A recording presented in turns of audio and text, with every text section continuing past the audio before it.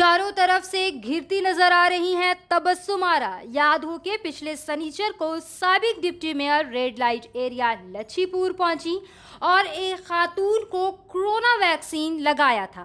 और जैसे ही ये वीडियो वायरल हुआ, दिगर पार्टियों की बयानबाजियां तेजी से सोशल मीडिया पर गश्त करने लगी। किसी ने खिल्ली उड़ाई तो किसी ने कचरा चुनने वाली तक कह डाला और 2 दिनों के अंदर अंदर ये मामला तेजी से तूल पकड़ गया। बीजेपी माइनॉरिटी मोर्चा ने कल कुल्टी थाना में तबस्सुम आरा के खिलाफ शिकायत दर्ज कराई थी, तो वहीं आज बीजेपी के अभिजीत आचार्य ने भी बिना किसी तजुर्बा के वैक्सीन देने के मुद्दा को उठाते हुए डिप्टी कमिश्नर दफ्तर में गिरफ्तारी की मांग की है। तबस्सुम आरा की इस हरकत ने सभी पार्टियों को मुद्दा मानो थाली में परोस कर दे दिया हो। तभी तो आसनसोल कांग्रेस पार्टी भी हरकत में आ गई और एडमिनिस्ट्रेटिव बोर्ड के चेयरमैन अमरनाथ चटर्जी के पास शिकायत दर्ज कराते हुए डिप्टी मेयर को इनके ओहदे से इस्तीफा देने तक की मांग कर दी। जाहिर है कि वैक्सीनेशन का ये मामला काफी नाजुक है और पूरा देश इस बीमारी से जूझ रहा है। ऐसे में नेता डॉक्टर बनने लगे तो सवाल तो उठेंगे ही। भले ही तबस्सुम आरा ने कहा हो कि इन्होंने सिर्फ इंजेक्शन पकड़ा था, पर सियासत में कोई भी गलती भूली नहीं जाती बल्कि कुरेदी जाती है। और यहाँ तो आम लोग भी तबस्सुम आरा पर सवाल उठा रहे हैं, क्योंकि मामला ही कुछ ऐसा है। आज हम लोग आसनसोल साउथ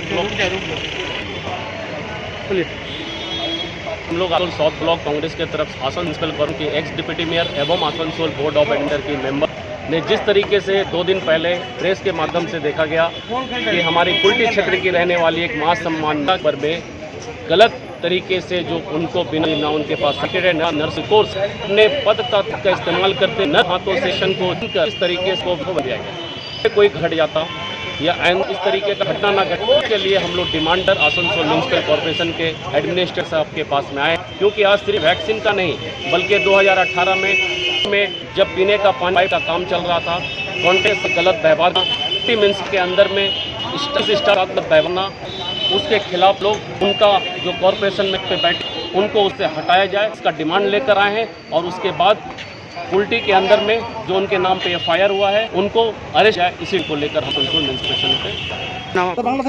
না ডেপুটেশন না আমরা আজ এসেছিলাম যে পুলিশ কোথাও না কোথাও তৃণমূলের কৃতদাসে পরিণত হয়েছে।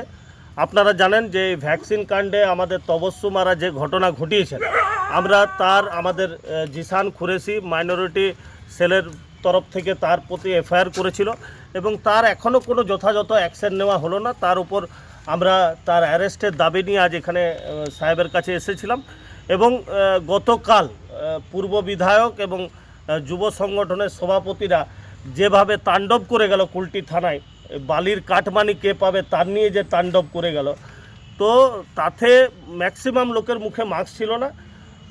কোভিডের প্রোটোকলকে ভাঙা হলো, সংবিধানকে একদম লাথি মেরে এরা কাজ করছে। তাদের অ্যারেস্টের দাবিতে তাদের প্রতি যাতে আইনি পদক্ষেপ নেওয়া হয় এবং তবস্সুম আরাকে অ্যারেস্ট করা হয়। যদি 7 দিনের মধ্যে আমরা এর কোনো ফল না পাই তাহলে বিজেপি পার্টির পক্ষ থেকে আমরা বৃহত্তর আন্দোলনে যাব এবং থানা ঘেরাও করতে বাধ্য হব।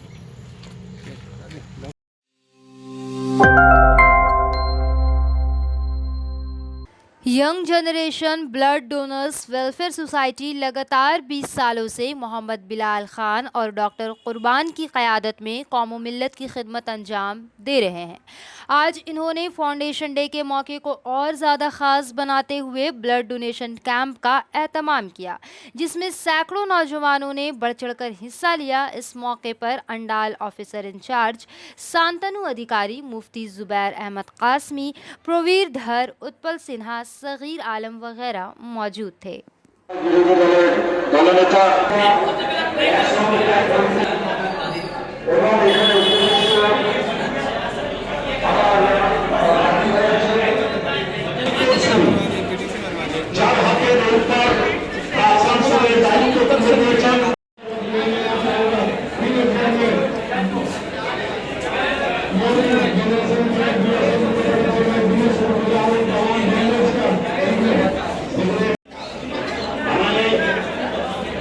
Gracias.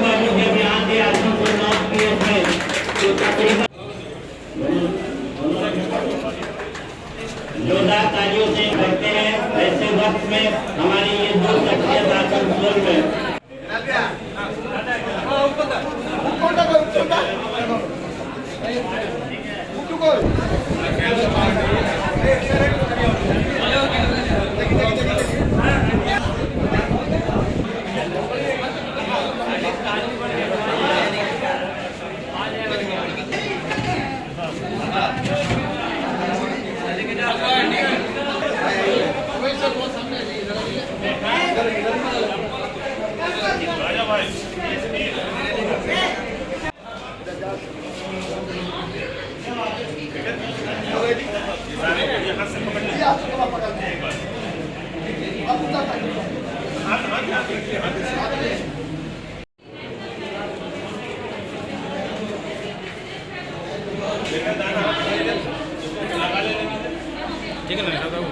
परेशानी ना हो रही आपको?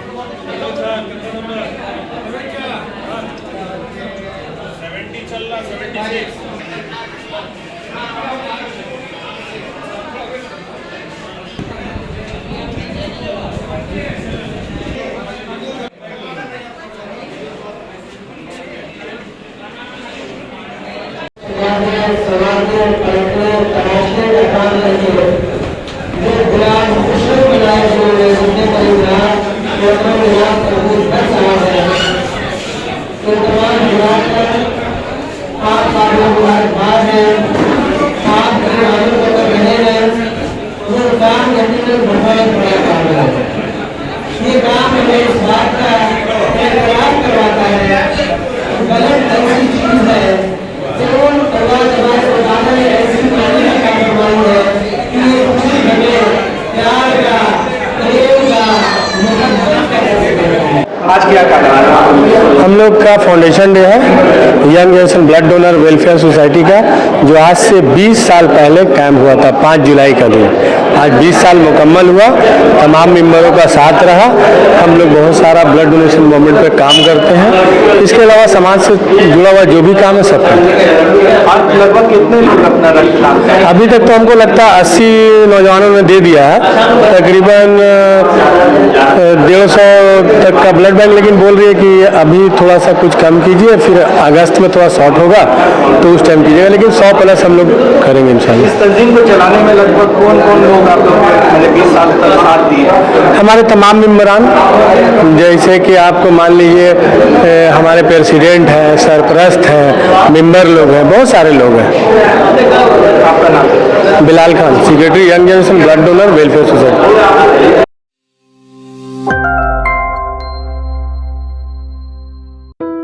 বিরিয়ানির নাম আসলেই মুখে জল এসে যায়, আর শিল্পাঞ্চলে বেস্ট বিরিয়ানি মানে Arsalan, king of biryani. More yummy and more hygienic biryani, আরসালানের বিরিয়ানি। আজকেই ফ্যামিলির সাথে আসুন আর আরসালানের বিরিয়ানি উপভোগ করুন। আমাদের এখানে নানা রকমের বিরিয়ানির ভ্যারাইটি পাওয়া যায়, তাছাড়া রয়েছে চিকেন, মাটন আর ভেজের অনেক আইটেম। তাহলে আজকেই আসুন Arsalan, the king of biryani, Bastin Bazar, Asansol. Hamza collection शादी ब्याह और ईद जैसे खास मौके को और भी शानदार बनाने के लिए हमजा कलेक्शन लेकर आया है ढेरों स्टाइल और डिज़ाइन के लेडीज़ ड्रेसेस, जैसे सलवार सूट, गरारा, लहंगा, घाघरा, क्रॉप टॉप, वो भी होलसेल प्राइस पर। तो इसे कहीं और क्यों जाना, हमजा कलेक्शन ही आना। हमारा पता है रेल पार, कुरैसी महल्ला, नियर ऑटो स्टैंड।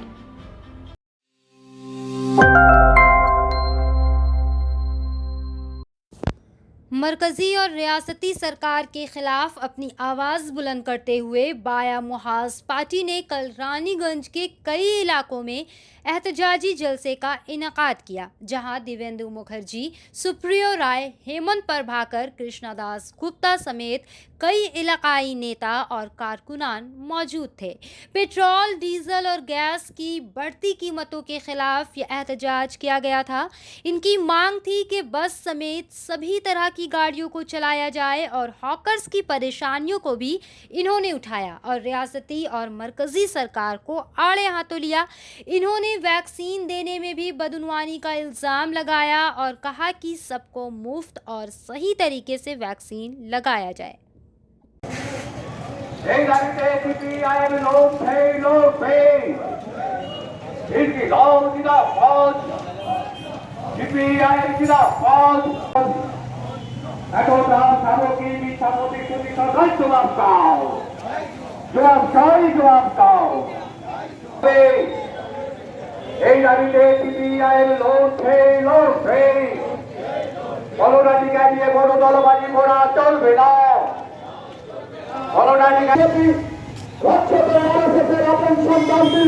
পারছি না এই পাগলা উন্মাদ তুই সরকার কি চাইছে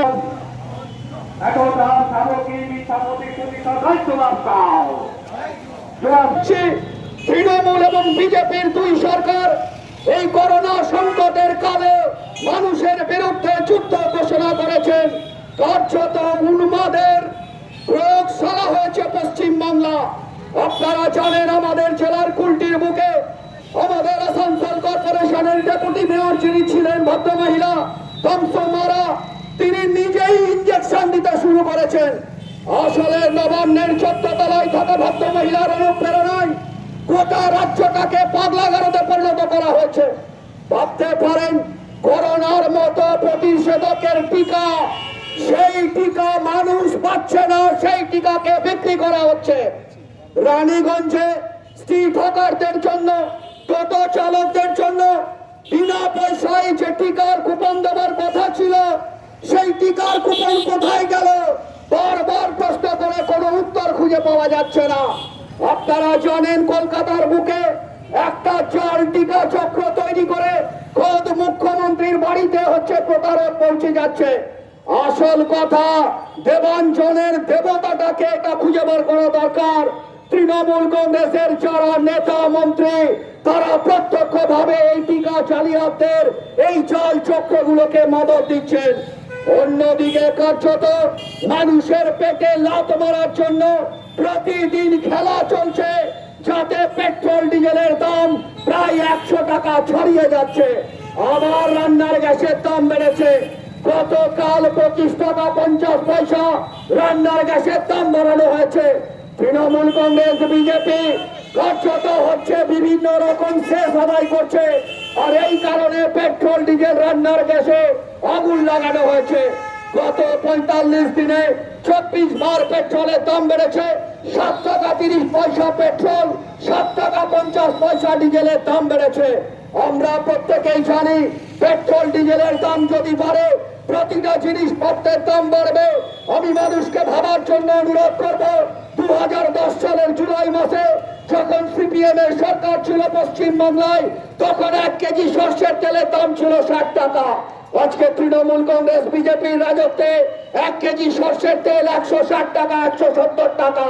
সিপিএম এর কাছে কোনো জাদুদণ্ড ছিল না যে দামটা 60 টাকা।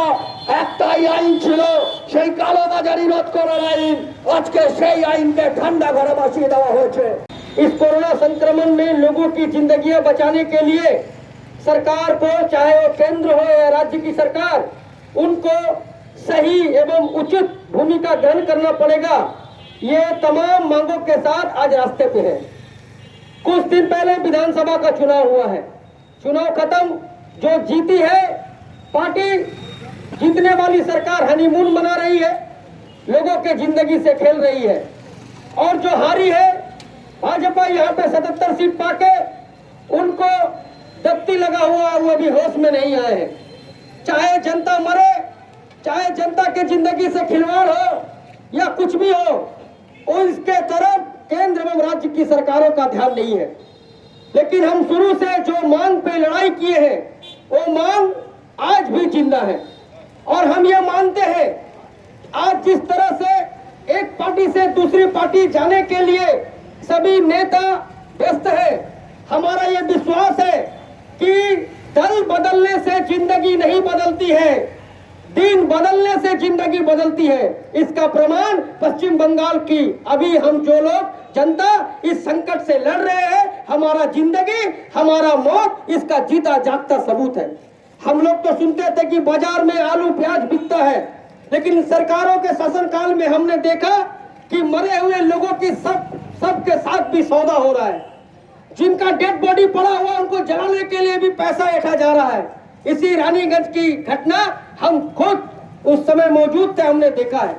और ये सिर्फ रानीगंज नहीं, पूरे बंगाल के पैमाने पे हो रहा है।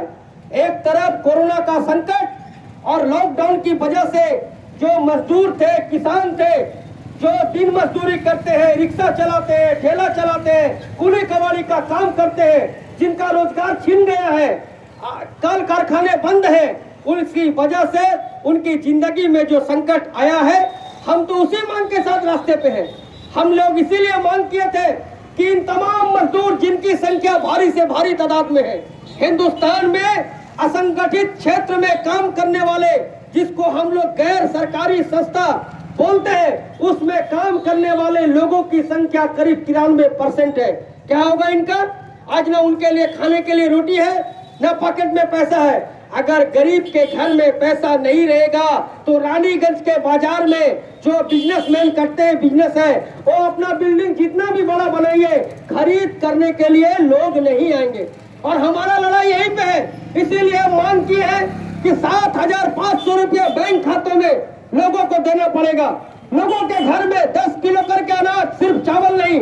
जो नेता मंत्री एमएलए एमपी बने हैं बंगाल में या हिंदुस्तान में, उनका क्या सिर्फ चावल से घर चलता है? 5 किलो 6 किलो जो चावल है, चावल से क्या उनका परिवार चलता है? लेकिन लोगों को ये फालतू समझते हैं। और ये वही लोग हैं जो लाइन में लग के, वोट की लाइन में लग के ममता मोदी पैदा करते हैं, मुख्यमंत्री प्रधानमंत्री बनाते हैं, और वोट जब गुजर जाता है तो चाहे महंगाई हो, चाहे कोरोना की मार हो, चाहे भुखमरी हो, चाहे गरीबी हो, मरता है कौन? वही आम आदमी, वही साधारण